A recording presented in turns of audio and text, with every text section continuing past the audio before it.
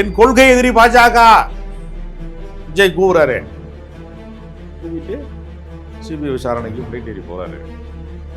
அங்கே மிரட்டல திமுகவை வீழ்த்துவதற்கு எனக்கு வேற வழி தெரியலன்னு சொன்னார்னா என்ன செய்யும்?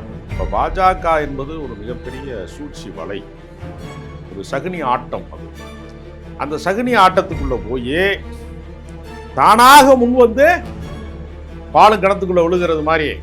இன்னைக்கு கூட லயோலா கல்லூரி முன்னாள் மாணவர்கள் கருத்து கணிப்புன்னு ஒன்று வெளியாகிருக்கு. அதில் அண்ணாமலையும் முதல்வர் ரேஸ்ல இருக்காரு. ஆமா, கண்டிப்பா இருப்பார்ல. விஜயே இருக்கிறாரு, அண்ணாமலை இருக்க மாட்டாரா? அரசியல் அனுபவமும் இல்லை, அறிவும் இல்லை, எப்படி செயல்படுத்தணுங்கிற வியூகம் இல்லை, வாய்ச்ச விடாலா பேசுறாங்க. ரஜினிகாந்த் வந்து பயந்து ஓடி போயிட்டாரு, இவர் தான் கல்லா நிற்கிறாருங்கிறாங்க. பரப்பாதீர்கள்னு நிர்மல்குமார் சொல்றாருல, அதை பரப்புனதே நிர்மல்குமார் தாங்க. அவர் தாங்க அந்த வதந்தியை பரப்பி விட்டது. அவர் டம்மி பீஸுங்கிறது கன்ஃபார்ம் ஆகிடும். இந்தியாக்குள்ள வந்தா அவர் டம்மி பீஸு. சர்மிளா டாக்கிஸ் நேயர்களுக்கு வணக்கம். இந்த நேர்காணலில் நாம் சிந்திக்கப்போவர் அரசியல் விமர்சகர் திரு ராஜகம்பீரன் அவர்கள். வணக்கம். வணக்கம். 3ஆம் கட்ட விசாரணைக்காக தவைக்க தலைவர் விஜய் அவர்கள் டெல்லி சென்றிருக்கிறார். கரூர் நெரிசல் வழக்கில் ஒரு முக்கிய இடத்தை இன்று பிடித்திருக்கிறது, ஒரு முக்கிய நகர்வாக இன்றைய டெல்லி பயணம் அமைந்திருக்கிறது அப்படின்னு சொல்றாங்க. குறிப்பாக பாஜக எப்படியாவது என்டிஏ கூட்டணிக்குள்ள விஜயை கொண்டு வந்துடணும், தாவேக்காவை கொண்டு வந்துடணும்னு நினைக்கிறாங்க. அப்போ இந்த பயணம் அந்த இடத்துல முக்கியத்துவம் பெறுது அப்படின்னு சொல்லப்படுது. நீங்க எப்படி இதை பார்க்குறீங்க? இல்லை, மத்திய அரசாங்கத்தினுடைய விசாரணை வேண்டும், மாநில அரசினுடைய விசாரணை அமைப்புக்குள்ளே சிக்கக்கூடாது என்று ஒரு தானாக விரும்பி தானே ஒரு வலையை விரித்து கொண்டு மாட்டிக்கொண்டதை போல தான் அவர் இங்கே போனார். சிபிஐ விசாரணையை வைத்துக்கொண்டு இந்தியா முழுக்க இருக்கக்கூடிய அரசியல் கட்சிகள், மாநில கட்சிகள், மாற்று கருத்து கொண்டவர்களை எப்படி பாஜகவினுடைய இந்த மத்திய அரசாங்கம் அலைக்கழித்திருக்கிறது. மதுபான ஊழல் செய்தார் என்று ஒரு பாட்டில் வாங்கினா இன்னொரு பாட்டில் இலவசம் லாக்டவுன் காலத்தில் அப்படின்னு செஞ்சாருன்ட்டு அரவிந்த் கெஜ்ரிவால் மீது வழக்கு போட்டு அவருடைய அரசியல் எதிர்காலத்தையே சூனியமாக்கி வழக்கு விசாரணையின் மூலமாக அரவிந்த் கெஜ்ரிவாலினுடைய அரசியல் சாம்ராஜ்யத்தையே சரித்து விட்டார்கள். நீதிமன்றம் அவர் குற்றமற்றவர் என்று சொன்னாலும் மக்களுடைய நம்பகத்தன்மை என்கிற விஷயத்தை சீர்குலைத்து விட்டார்கள். ஊழலுக்கு எதிராக அரசியலை தொடங்கியவரை ஊழல் குற்றச்சாட்டுக்கு ஆளாக்கி அவரை அரசியலிலே அதிகாரத்திலிருந்து கீழே இறக்கி கட்டியது பாஜக. இப்போ பாஜக என்பது ஒரு மிகப்பெரிய சூழ்ச்சி வலை, ஒரு சகுனி ஆட்டம். அது அந்த சகுனி ஆட்டத்துக்குள்ள போய் தானாக முன் வந்து பாலும் கிணத்துக்குள்ள விழுகிறது மாதிரி, தற்கொலை பாறையில் விழுகிறது மாதிரி போய் லாக் ஆகிக்கிட்டாரு. கெஜ்ரிவால் தனக்கான எதிரியாக பாஜக பார்த்தது, அதுபோல விஜய் அப்படி பார்க்கிறாங்களா? அதாவது விஜயை வந்து தன் பக்கம் தான் சொல்வதை கேட்கிற வரைக்கும் தான் வெளியே விட்டு வச்சிருப்பாங்க.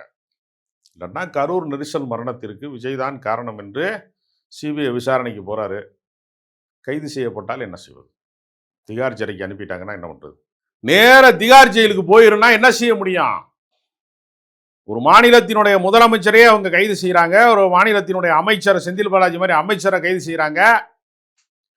விஜய் அவர்களால் கைது செய்ய முடியாதா? ஒரு வழக்குக்கான ஒரு காரணம் கிடைச்சிருக்கிறது.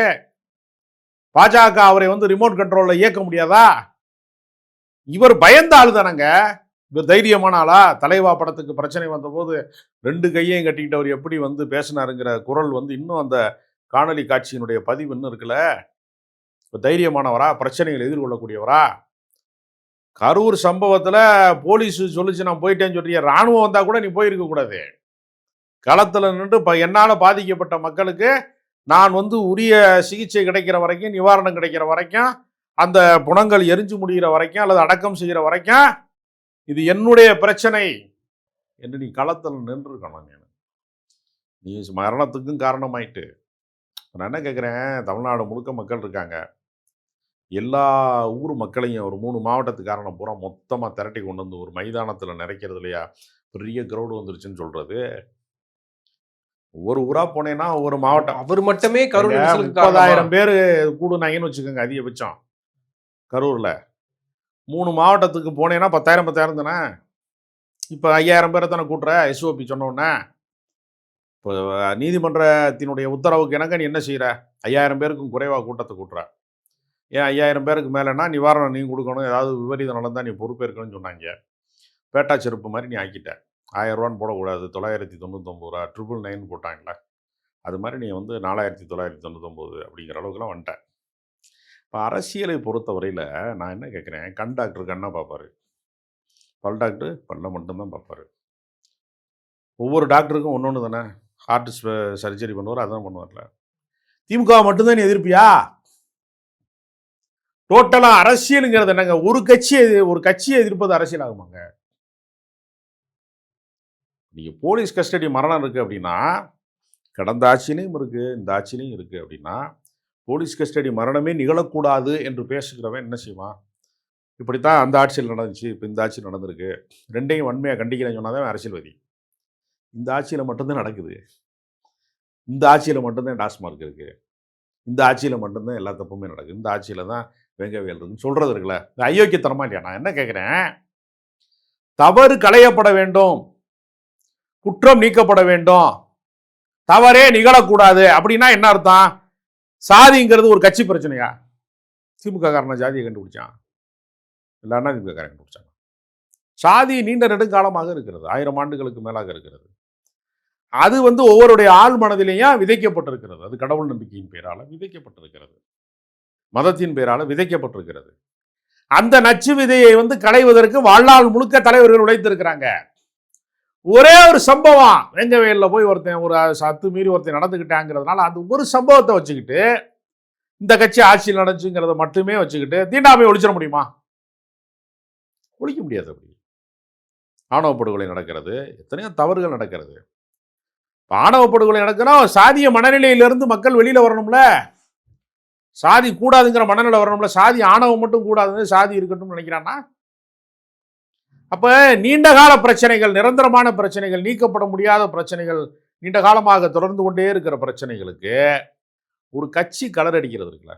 முன்னாடிலாம் மாடு வளர்க்குறவங்க என்ன பண்ணுவாங்க, கிராமப்புறங்களில் கட்சிக்காரன் அந்த கட்சி கொடியோடைய கலரை மாட்டு கொம்பில் வந்து பெயிண்ட் அடிச்சு விட்ருவாங்க. திமுக பெயிண்ட், அண்ணா திமுக பெயிண்ட்லாம் அடிச்சு விடுவாங்க, காங்கிரஸ் பெயிண்ட்லாம் அடிப்பாங்க. அப்படின்னா அந்த மாடு வந்து காங்கிரஸில் சேர்ந்துருச்சுன்னு அர்த்தமா? அது அது மாணிக் தாகூருக்கு மேலே அது எம்பி நிற்க போகுதுன்னு அர்த்தமா? அது அந்த மாடு இல்லை திமுக கலர் அடித்தா அது திமுக மாடு ஆயிருமா? மாட்டுக்கு தெரியுமா நம்ம கொம்பில் என்ன கலர் அடிச்சிருக்காங்க தெரியுமா அதுக்கு? அப்போ இது வந்து ஒரு கட்சி மேலே வந்து நீங்கள் குற்றச்சாட்டை சொல்கிறது அல்ல. நிரந்தரமாக ஒரு பிரச்சனைகள், நெடுங்காலத்திற்கு தீர்க்க முடியாத பிரச்சனைகளை தீர்ப்பதற்கான வழிமுறைகளை நோக்கி பயணிக்கணும். அது ஒரு நாள் நிகழ்வு அல்ல. ஒரே ஒரு நாள் கோஷம் போட்டு ஒரு எல்லாமே ஒழிஞ்சிடாது. சுதந்திரம் வேணும்னு 200 வருஷம் போராடிருக்காங்க. எங்கள் மீது தேவையில்லாமல் காவி சாயம் பூசப்படுகிறது, நாங்கள் ஒருபோதும் பாஜகவோட கூட்டணி இல்லைன்னு விஜயா சொன்னார்ல. எப்ப சொன்னாரு? இப்படி கருத்தியல் எதிரி அவங்க தான். கரூருக்கு முன்னாடியா பின்னாடியா? கரூருக்கு பின்னாடி அவர் வாயை திறக்கல. அவரை பொறுத்தவரையில் என்னன்னா, கரூர் சம்பவத்திற்கு பின்பு ஒரு இமேஜ் சரிந்து விட்டது. அவருடைய ரசிகர்களுடைய நம்பிக்கை என்பது வேறு, பொதுமக்களுடைய நம்பிக்கை என்பது வேறு. ஒட்டுமொத்த வாக்காளர்களின் எண்ணிக்கையில், தமிழ்நாட்டு மக்களினுடைய எண்ணிக்கையில் விஜய் ரசிகர்களின் எண்ணிக்கை எவ்வளவு? ஒரு கடலில் வந்து கலந்த ஒரு சிறு நதி மாதிரி அவங்க, ஒரு சிறு கூட்டம் அவங்க. எல்லாருமே விஜய் ரசிகர்களா? தமிழ்நாட்டில் இருக்கிற அனைவருமே விஜய் ரசிகர்களா? அப்படி ஒரு பெருமையை எம்ஜிஆர் கூட சொல்ல முடியாது. அப்பயே அந்த காலத்தில் கூட எம்ஜிஆர் ரசிகர்கள் தான், சிவாஜி ரசிகர்கள் இருந்தாங்க, வேறு வேறு நடிகர்களுக்கெல்லாம் ரசிகர்கள் இருந்தாங்க.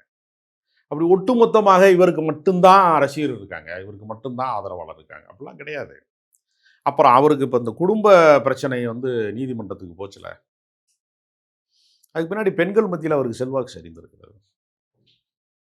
அதனால் விஜய் வந்து கட்சி தொடங்குகிற போது இருந்த அந்த உச்சபட்ச புகழ் என்பது கரூர் சம்பவத்தில் பாதியாகி சங்கீதா குடும்ப நல நீதிமன்றத்தில் விவகாரத்து கேட்கும்போது வெறும் விவகாரத்து கேட்காம தனி மனித ஒழுக்கம் இல்லாதவன், திருமணம் கடந்த பந்தத்தில் இருக்கிறவன், சைக்கோ, என்னை கை வச்சு அடிக்கிறான், பிள்ளைகளை வந்து பார்த்துக்கல அப்படிங்கிற அளவுக்கு போன பின்னாடி, அந்த எக்ஸ்ட்ரீம் போனதுக்கு பின்னாடி விஜயினுடைய இமேஜ் சரிந்து தரைமட்டமாகி விட்டது. பெருகிற விஜய் வந்து பழைய ரசிகர் மன்ற விஜய் தான். எல்லா மக்களாலையும் ரசிக்கப்படுகிற இடத்துல அவர் இல்ல.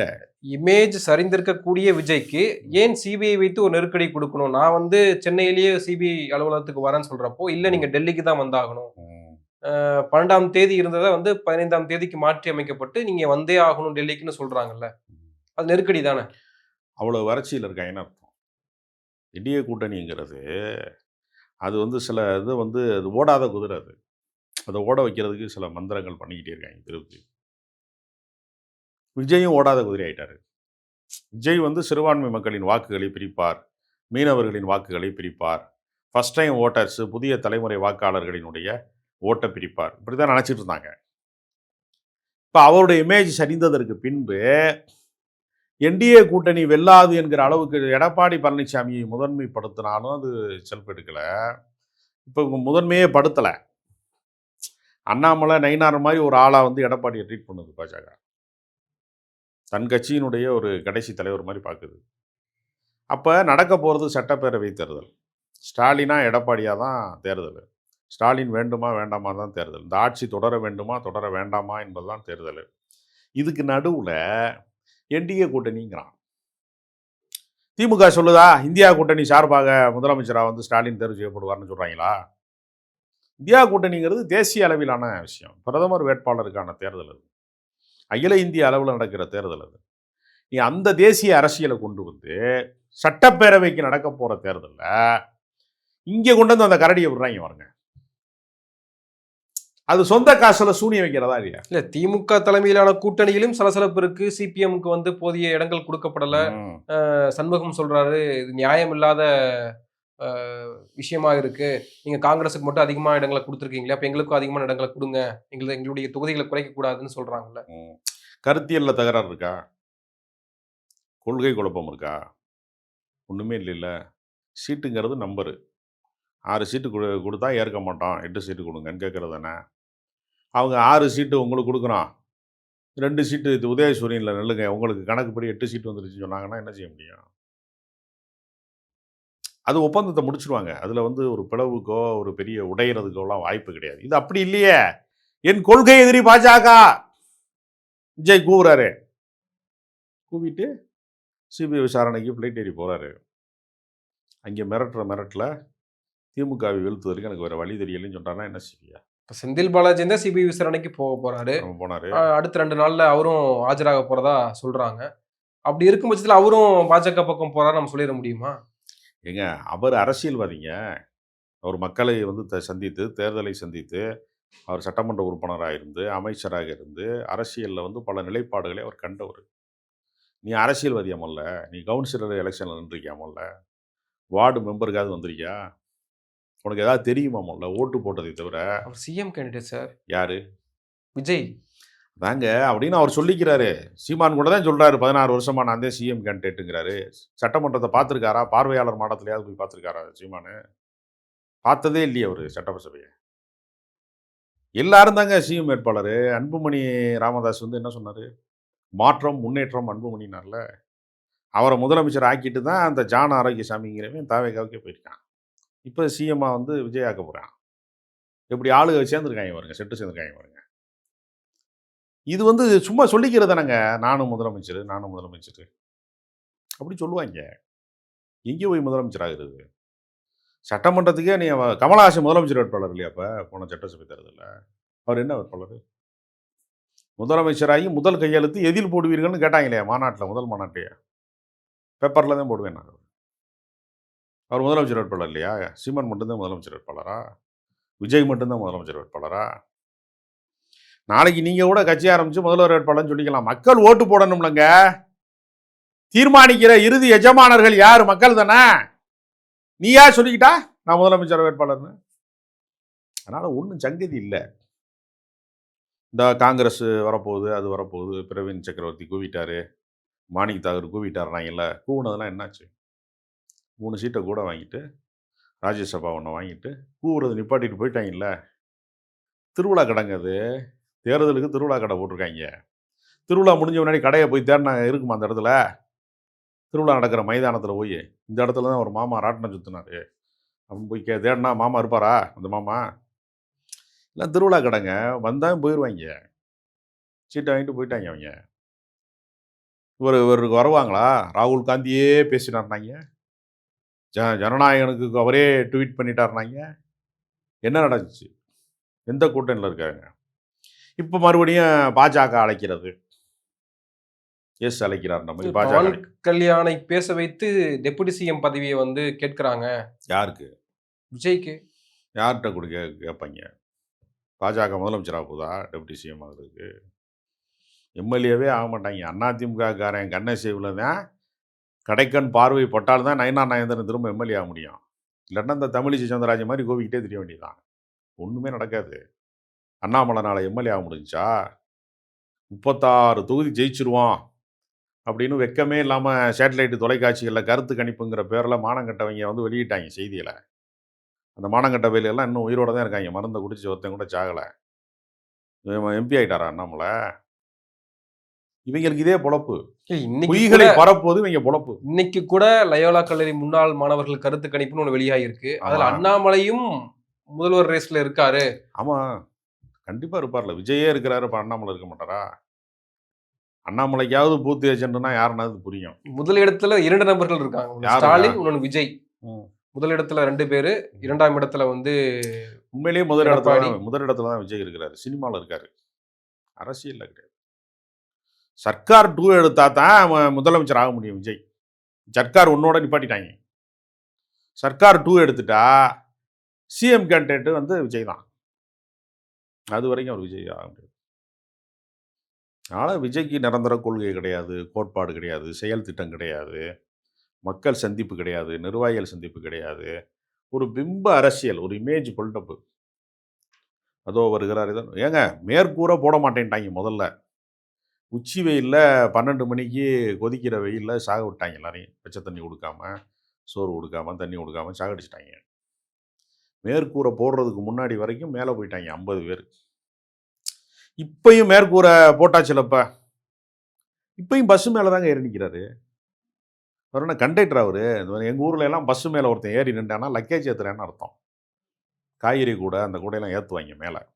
கீழே வந்து பேசஞ்சருக்கு டிஸ்டர்பாக இருக்கும் அப்படின்ட்டு மேலே டயர்லாம் கட்டி ஏற்றுவாங்க. பார்த்துருக்கீங்களா? கயரில் ஒவ்வொரு பொலிட்டிஷியன்ஸ்க்கும் ஒரு அணுகுமுறை. அதாங்க, அப்படியே மேலே போயிருங்கிறேன். எடப்பாடி பழனிசாமி அவர்களும் பஸ்ல தான் டிராவல் பண்றாரு. அவரும் பஸ்ல தான் பிரச்சாரம் பண்ணாரு. அவர் ஒரு ஒன்றா எத்தனை சாவு நடந்துச்சு? 50 சாவு கொண்டிருக்காங்களே. 150 தொகுதி சுற்றி வந்துட்டாரு. எத்தனை சாவு நடந்துச்சு? ஒரே ஒரு முறை விளங்காமல் ஆம்புலன்ஸ் டிரைவர் அடித்தாங்க. அதை தவிர எந்த ஒரு இதுவும் நடக்கல. அரசியல் அனுபவமும் இல்லை, அறிவும் இல்லை, எப்படி செயல்படுத்தணுங்கிற வியூகம் இல்லை, வாய்ச்ச விடாலா பேசுகிறாங்க. ரஜினிகாந்த் வந்து பயந்து ஓடி போயிட்டாரு, இவர் தான் கல்லா நிற்கிறாருங்கிறாங்க. கொடுமை. ரஜினி அரசியலுக்கே வரல, வரேன்னு பில்டப் பண்ணி சினிமா மார்க்கெட்டை ஏற்றினார். திமுக பயமுறுத்தினதுனால தான் வர முடியல. திமுகவும் உயிரோட இருக்குது, ரஜினிகாந்தும் உயிரோட இருக்கார். யாராவது ஒருத்தர் சொல்லணும்ல யார் பயமுறுத்துறான்னு. ரஜினிகாந்த் சொன்னார் அவங்கள்ட்ட, ஆதவர்ஜனாட்ட சொன்னார் காதுக்குள்ள, நீ பயமுறுத்துறாங்க நான் வரல. அப்படிலாம் கிடையாது. அவர் உடல்நிலையை காரணமாக காட்டி அவர் விலகிட்டார். அவருக்கு அதில் விருப்பம் இல்லை. திருமாவளவன் அவர்களே பயமுறுத்துறாங்க. கடந்த காலங்களில் நீங்க பண்ண போராட்டங்கள் எத்தனை இருக்கு. ஆனா அண்ணன் திருமாவளவன் அண்ணன் வந்து இப்படி போய் பயந்து போய் திமுக கிட்ட திருமாவளவன்ட்ட பழகினவங்க யாராவது சொல்லுவாங்களா? ஆதவர்ஜனா சொல்றாருல்ல, அவர் துணை பொதுச்செயலாளர் இருந்தவர் தானே. ஆதவர்ஜனா கொஞ்ச நாள் வந்துட்டு போன ஆளுங்க விசிகாக்கு. அவர் விசிகாக்காரர். ஒரு தலித்து முதலமைச்சர் ஆக்குவேன் இங்கே வந்து திருமாவளவன் முதலமைச்சர் ஆக்கிட்டாரு. இப்போ விஜய் முதலமைச்சராக போயிருக்காரு. அவர் கல அரசியல்வாதியா? வரம்பு மீறி பேசுவதன் மூலமா வைரல் ஆகலாம், அது நடைமுறை சாத்தியமாகுமா? சும்மா வந்து எதையாவது பேசுறது. திருமாவளவனை யாராவது அச்சப்படுத்த முடியுமாங்க? சாதியவாதிகளினுடைய அச்சுறுத்தலுக்கு எதிராக தானங்க இயக்கமே ஆரம்பிச்சிருக்காரு. நான் தென் மாவட்டத்துக்காரன். தென் மாவட்டத்தில் மதுரையில் தான் அவருடைய அரசியல் பயணமே தொடங்கியது. அங்கே இருக்கக்கூடிய ஆதிக்க சாதிக்கு எதிராகத்தானே அவர் வந்து சாதி ஒழிப்பை பற்றி பேசியிருப்பார். அவங்கள பார்த்து பயந்தா அவர் கட்சி நடத்திருக்க முடியுமா? இவ்வளோ நீண்ட கால பயணம் செய்திருக்க முடியுமா? அவர் எப்படி அச்சுறுத்துவாங்க அவரை? அப்படிலாம் அச்சுறுத்த முடியாது. எல்லாம் இட்டுக்கட்டி பேசுறது, ஒன்றுமே இல்லை. விஜய்கிட்ட சரக்கு இல்லை. இப்போ எப்படி காங்கிரஸ்காரங்க பேசுகிறாங்கன்னு ஒன்று கிளப்பி விட்டாங்களா, அது மாதிரி பாஜகவில் பேசுகிறாங்க, என்டிஏல பேசுகிறாங்க, அங்கே பேசுகிறாங்க, இங்கே பேசுகிறான்னு ஒரு வதந்தியை பரப்பாதீர்கள்னு நிர்மல்குமார் சொல்கிறார்ல, அதை பரப்புனதே நிர்மல்குமார் தாங்க. அவர் தாங்க அந்த வதந்தியை பரப்பி விட்டது. இதுக்கு என்ன ஆதாரம் கேட்பீங்க? ஏற்கனவே வடமாநில தொழிலாளர்கள் தாக்கப்படுறாங்கன்னு ஒரு வீடியோ வந்துச்சுல, அதை பரப்புனது நிர்மல்குமார் தான். ஒரு பொய்யை வந்து உண்மையாக்குறது மாதிரி பேசுவாங்க. அதெல்லாம் ஒண்ணும் நடக்காது. இல்ல திமுக ஆட்சியில் நிறைய குறைகள் இருக்கு. நிறைய எந்த ஆட்சியில் இல்ல, எல்லா ஆட்சியிலும் குறைகள் இருக்கும், களையப்பட வேண்டும். எத்தனையோ தவறுகள் களையப்படணும். எல்லா ஆட்சியிலுமே பிழைகள் இருக்கும். அதை சரி செய்யறதுக்கு தான் ஜனநாயகமே கண்டுபிடிக்கப்பட்டிருக்கு. மன்னர் ஆட்சியில தான் மாற்றுக்கிறது சொல்ல முடியாது. திமுகவை எதிர்ப்பது அப்படிங்கிறது திமுக காரணம் தவிர எல்லாருமே அதானே செய்யறான். ஏடிஎம்கேக்கு திமுக எதிர்ப்பு, பாஜகவுக்கு திமுக எதிர்ப்பு, நாம் தமிழருக்கு திமுக எதிர்ப்பு, தாவேகாவுக்கு திமுக எதிர்ப்பு, அன்புமணிக்கு திமுக எதிர்ப்பு. யாருக்கு திமுக எதிர்ப்பு இல்லை? ஸ்டாலினை தவிர எல்லாருமே திமுக எதிர்ப்புல தான் இருக்காங்க. அனைவரும் திமுக எதிர்ப்பாளர்கள். இல்ல திமுக ஆட்சியில தான் லா அண்ட் ஆர்டர் கண்ட்ரோல்ல இல்ல, நிறைய சட்ட ஒழுங்கு பிரச்சனைகள் நடக்குது, குற்றங்கள் நடக்குது, பாலியல் குற்றங்கள் நடக்குது. இன்னைக்கு கூட விளாத்திக்குளத்துல கனிமொழி அவர்கள் போய் நேர்ல அவங்க சம்பந்தப்பட்ட வீட்டுக்கு போய் அவங்க வருந்துறாங்க, பேசுறாங்க. இதெல்லாம் நடக்கிறதுக்கான காரணம் என்ன? இது முன்கூட்டியே வந்து கண்காணிக்க வேண்டாமா? பாதுகாப்பு பலப்படுத்தி இருக்க வேண்டாமா? கண்காணிக்க வேண்டாமா? குற்ற செயலில் ஈடுபடக்கூடிய ஆட்களை பார்க்க வேண்டாமா? இதெல்லாம் இருக்கு இல்லையா? இதெல்லாம் நியாயமான கோரிக்கை தான். நடவடிக்கை எடுக்கிறாங்க. அவங்களுடைய கவனத்தை மீறி பல தவறுகள் நடக்குது, நிர்வாக சீர்கேடு நடக்குது. திடீர்னு ஒரு கும்பல் வன்முறையில் ஈடுபடுறான், திடீர்னு ஒரு ஒரு பொம்பளை பிள்ளையை கூட்டு போய் வன்புணர்வு செய்கிறான் அப்படிங்கிறதெல்லாம் முன்கூட்டி எதிர்பார்க்க முடியாத விஷயம். ஒரு கிராமத்துக்குள்ளே பூந்து திடீர்னு அருவாளோட போய் 4 பேர் வெட்டிட்டு வரான்னு வச்சுங்க, லோக்கல் ஸ்டேஷனுக்கு இன்ஃபார்ம் பண்ணிட்டா போய் வெட்ட போகிறாங்க. அது எப்படி திடீர்னு ஏற்படக்கூடிய பிரச்சனை, தனி மனித பிரச்சனை. இடைக்காட்டூரில் பார்த்தீங்கன்னா ஒரு தனிப்பட்ட தகராறு, ஒரு பொம்பளை ஏதோ பேசுனாங்க, மோசமாக பேசுனாங்கிறதுல போய் அந்த பொம்பளை ரிப்போர்ட் பண்ணால் அவன் அண்ணன் தம்பிலாம் சேர்ந்துட்டு வந்து ஒரு ஒரு கும்பலை வந்து அடிச்சுவிட்டாங்க. அப்படி நடக்குது. இப்போ எதிர்பாராத சில விஷயங்கள் நடக்கிறத ஒரு பூதாகரமாக சொல்கிறாங்க. ஆனால் அது நடக்கக்கூடாது. இப்போ இந்த காவல்துறை விஷயத்தில் நீங்கள் சொன்ன விஷயத்தில் பெண் ஆய்வாளர் வந்து உடனே சஸ்பெண்ட் செய்யப்படுறாங்க. அரசு குற்றவாளிகளுக்கு ஆதரவாக இல்லை, குற்றம் களையப்பட வேண்டும் என்பதற்கு முயற்சி செய்கிறாங்க. அதை மீறி சில தவறுகள் நடக்குது, அது களையப்படணும். அதில் ஒன்றும் ஸ்டாலின் அவர்களுடைய ஆட்சியில குற்றங்கள் நடைபெறுது. குற்றங்கள் நடைபெற்றால் உடனே வந்து அதுக்கு நடவடிக்கை எடுக்கப்பட்டால் அது தீர்வாகிடுமா? நடக்காமல் யார் பார்த்துக்கிறதுன்னு ஒரு கேள்வி குற்றமே நடக்காம பார்த்துக்கிறதுக்கு சமூக அமைப்பில் தான் சீர்திருத்தம் வேணும். அதுதான் நான் முதலே சொன்னேன். சாதியானவ படுகொலை தவறுன்னு சொல்கிறவன் பல பேர் சாதி தவறுன்னு சொல்கிறதுக்கு தயாராக இல்லைல்ல. சாதியே கூடாதுன்னு சொல்கிறதுக்கு யாரும் தயாராக இல்லை. என் ஜாதி எனக்கு வேணுங்க, என் ஜாதி தாங்க பெருசு உலகத்துலையே அப்படின்னு நம்புகிறான்.